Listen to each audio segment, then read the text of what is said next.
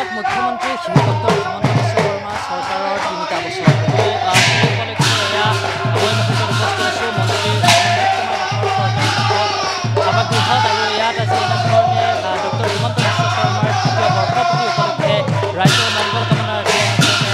ৰঞ্জিত কুমাৰ দাসৰ চৰকাৰী আৱাসগৃহত এনেধৰণে বীৰ নামৰ আয়োজন কৰা হৈছে সেই পৰিৱেশ এই মুহূৰ্তত দেখুৱাই আছে মোৰ সহযোগী সেই বীৰ নামত কেইবাটাও দল ৭টাকৈ দল বিভিন্ন অহা পৰিলক্ষিত হৈছে আৰু মন্ত্ৰী ৰঞ্জিত কুমাৰ দাসেও এই বীৰ নামত অংশ থকা এই মুহূৰ্তত পৰিলক্ষিত হৈছে সেই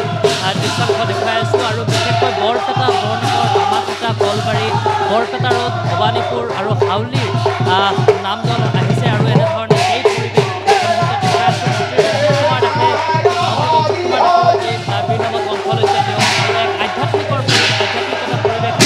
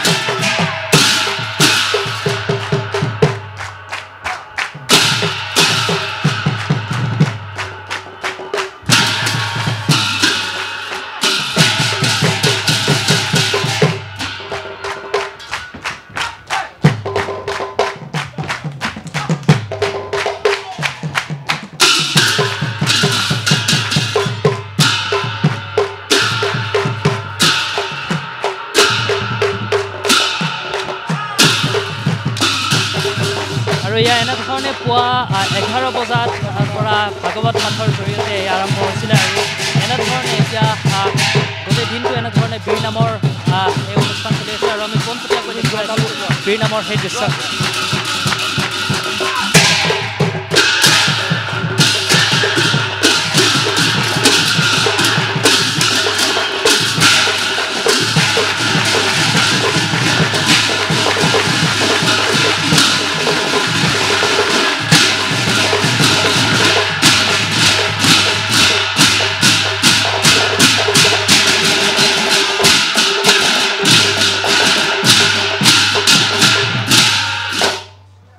আৰু ইয়াৰ লগে লগে যিহেতু অনুষ্ঠান সামৰিছে মই এই মুহূৰ্তত মন্ত্ৰীগৰাকীৰ সৈতে অকণমান কথা হ'ব চেষ্টা কৰিম খুব সুন্দৰকৈ বীৰ নামৰ আয়োজন কৰিছে আপুনি অংশ লৈছে খুব এক আধ্যাত্মিকতা পৰিৱেশ কি জনাব হয় প্ৰতি বছৰে ডক্টৰ হিমন্ত বিশ্ব শৰ্মা ডাঙৰীয়াৰ নেতৃত্বাধীন চৰকাৰখন হোৱাৰ পিছত যিহেতু 10 মে' তাৰিখে যিহেতু আমি দায়িত্ব লৈছিলোঁ গতিকে আল্টিমেটলি 9 মে' তাৰিখে পূৰ্ণতা লাভ কৰে গতিকে আজি ৩য় বছৰৰ পূৰ্ণতা আৰু এই পূৰ্ণতা উপলক্ষে প্ৰতি বছৰৰ দৰে এইবাৰৰ ৩য় বৰ্ষৰ এই বীৰ নাম আয়োজন কৰিছোঁ এই বীৰ নামত আধ্যাত্মিকতাৰ জৰিয়তে আমিও পূৰ্ণতা লাভ কৰোঁ আৰু এই বীৰ নামৰ সময়তে আমাৰ চৰকাৰখনকো যাতে প্ৰভু ভগৱন্তই যাতে মংগল কৰি ৰাখে কাৰণ কিয় আমি ইতিমধ্যে বহু নকৰা কামো নভবা কামো আমি কৰিবলৈ সক্ষম হৈছোঁ উদাহৰণস্বৰূপে যদি ৰেচন কাৰ্ডৰ যদি কথাই কওঁ যে 42 লাখ মানুহক ৰেচন কাৰ্ড দিয়া কথাটো কোনো নিৰ্বাচনী প্ৰতিশ্ৰুতি নাছিলে ঠিক তেনেকুৱাকৈ মুখ্যমন্ত্ৰী ডাঙৰে কোৱা নাছিল বা আমিও কোৱা নাছিলোঁ কিন্তু ভগৱানৰ কৃপাতে আমি ৰাইজক সেৱা কৰিবলৈ সক্ষম হৈছোঁ আগন্তুক দিনতো যে ৰাইজক সেৱা কৰিব পাৰোঁ তাৰ কাৰণে প্ৰভু ভগৱন্তৰ ওচৰত আমি প্ৰাৰ্থনা জনোৱাৰ লগতে অসমবাসী ৰাইজৰ মংগলাৰ্থে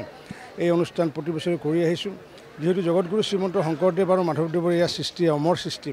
এই অমৰ সৃষ্টি যিহেতু ইতিমধ্যে আমাৰ ধেমাজি অঞ্চল লখিমপুৰ তিনিচুকীয়া ডিব্ৰুগড় যোৰহাট শিৱসাগৰত এইবোৰ দেখা নাই গতিকে আপোনালোকৰ জৰিয়তে এইটো প্ৰচাৰ আৰু প্ৰসাৰো হয় গুৰুজনাৰ সৃষ্টিকৃষ্টিও মানুহ দেখিবলৈ পায় এই দুটা উদ্দেশ্য ৰাখি পেলাই এই আমি কাৰ্যসূচী আয়োজন কৰি আহিছোঁ